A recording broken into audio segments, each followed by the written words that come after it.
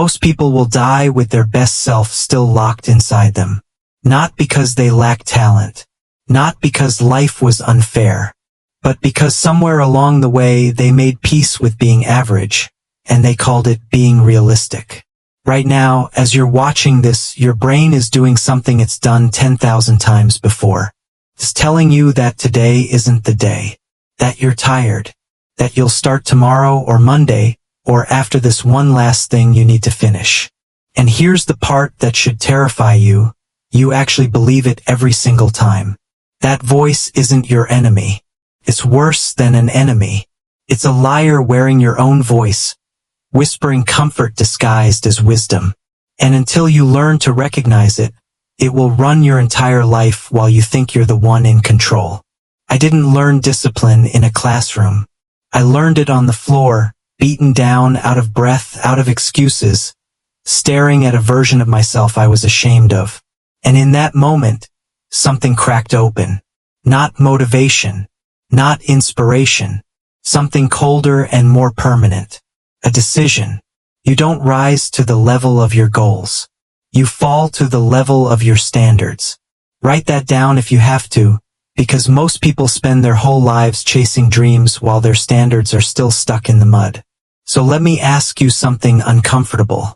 If someone secretly filmed your last 30 days, every wasted hour, every broken promise to yourself, every time you chose the couch over the climb, would you be proud of that footage? Or would you have to look away? Most people can't answer that honestly. And that's exactly the problem. Here's a truth almost nobody wants to hear. Comfort is not the reward for hard work. Comfort is the thing that's been quietly destroying you your whole life. Every warm bed you refused to leave. Every workout you talked yourself out of. Every hard conversation you avoided. Each one felt like a small mercy in the moment. Nobody sits you down and warns you about this. Nobody tells you that comfort is a slow poison, because it doesn't feel like poison. Feels like relief. Feels like safety. Feels like you deserve a break. But the body and the mind don't grow from relief. They grow from friction, from resistance, from doing the one thing every cell in your body is begging you not to do. This is the 1% mentality. Not some mystical secret reserved for elite athletes or self-made billionaires. It's a decision repeated relentlessly to do the thing that's uncomfortable when doing the comfortable thing would be so much easier, and nobody would even know the difference. That's the part that separates people. Nobody's watching when you wake up before the alarm. Nobody's watching when you finish the extra rep, read the extra page, make the call you've been avoiding for 3 weeks. Nobody claps. There's no crowd. There's just you and the mirror and the truth of what you actually did today. And that truth compounds. It compounds faster and harder than any bank account ever could. Let's talk about pain, because everyone avoids this conversation like it's contagious. You've been taught your entire life that pain is a signal to stop. Turn back. Retreat to safety. And for pure physical danger, sure, that instinct saved your ancestors' lives. But most of the pain you feel today isn't danger. It's discomfort wearing a costume, trying to convince you it's an emergency. The burn in your lungs on a hard run, that's not death approaching. The awkward silence after you tell someone an uncomfortable truth, that's not social suicide. The fear before you post that video, start that business, walk into that room alone, that's not a warning. That's your nervous system, still wired for a world that no longer exists, screaming at you to stay small because small used to mean survival. But you're not trying to survive anymore. You're trying to become someone. And those are two completely different games with two completely different rule books. Here's what nobody tells you about pain. On the other side of it is a version of you that the person you are right now cannot even imagine. I'm not talking about some fantasy version. I'm talking about a real, tangible shift in what you believe you're capable of. A shift that only happens after you've done the thing that scared you and lived to tell about it. You want to know the exact moment confidence is built? It's not in the pep talk. It's not in the quote you saved on your phone. It's in the split second after you do the hard thing and your brain quietly updates its own file on who you are. That update is permanent. And it's the only kind of self-belief that actually holds up under pressure, because it's not borrowed from someone else's words. It's earned, alone, in the dark, when nobody was there to see it. Now here's where most people get it wrong, and this is the part that will change how you think about willpower forever. You think discipline is about big moments, the marathon, the business launch, the dramatic transformation montage. It's not. Discipline lives and dies in the tiny, boring, invisible decisions that happen 50 times a day, when the stakes feel so low that skipping them seems harmless. The extra 5 minutes in bed. The snack you didn't need. The scroll instead of the study. Individually, none of these decisions feel like they matter.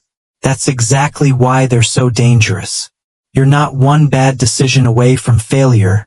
You're 1,000 tiny surrenders away from becoming someone you don't recognize. And the opposite is just as true. You're not one massive breakthrough away from becoming who you want to be. You're 1,000 tiny acts of discipline away from it, most of which will never be seen, filmed, praised, or even remembered by anyone but you. This is why motivation is a trap. Motivation is an emotion, and emotions are unreliable. They show up when they feel like it and disappear the second things get hard, which is exactly when you need them most. Discipline doesn't ask how you feel.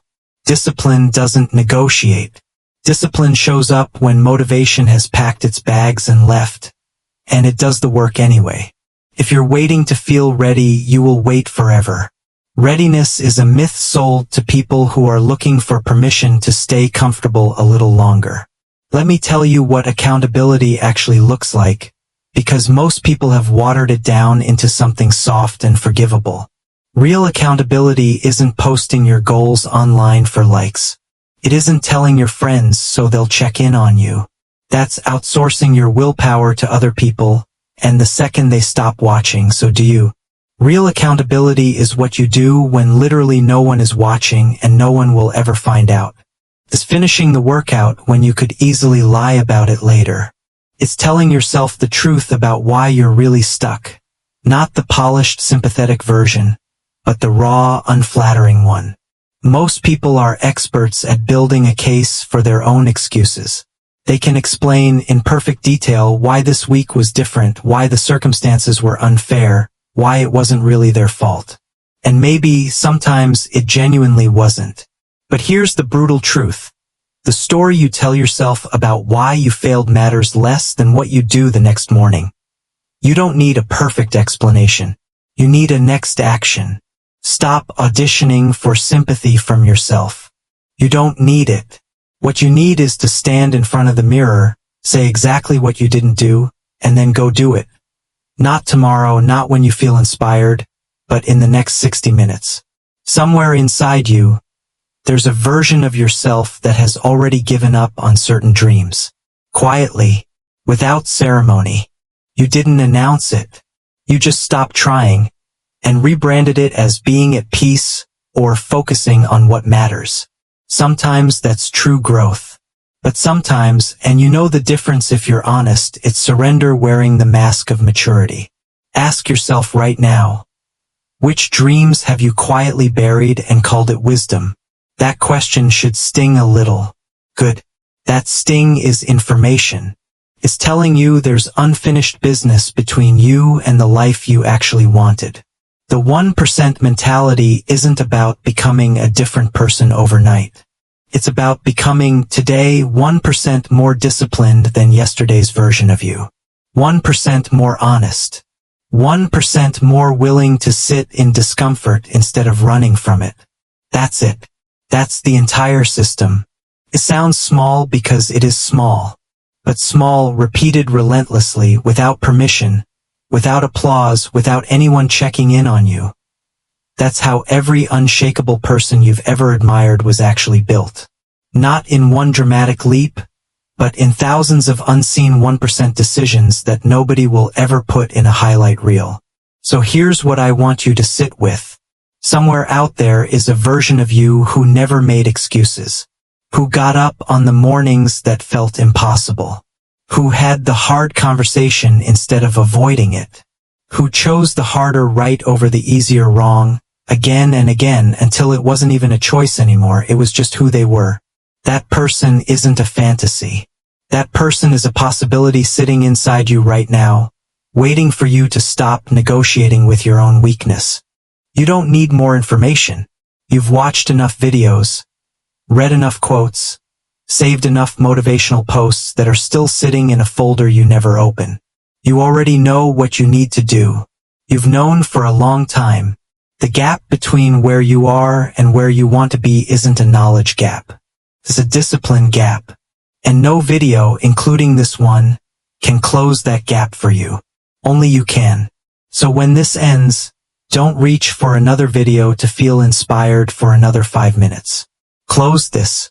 Go do the one thing you've been avoiding, the workout, the apology, the application, the hard conversation, the first step of the thing you've talked about for months. Do it in the next hour while this feeling is still alive in your chest, before comfort talks you out of it again. Because tomorrow you'll wake up as the sum of everything you did today. Not what you planned. Not what you felt. What you actually did. The 1% mentality doesn't ask you to change your whole life today. It only asks you to win today. Just today. And then wake up tomorrow and win that one too. Do that enough times, and one day you'll look back and realize you didn't just change your life. You built a completely different person. One decision, one uncomfortable moment, one unglamorous morning at a time. That person is still waiting on the other side of your excuses. Go meet them.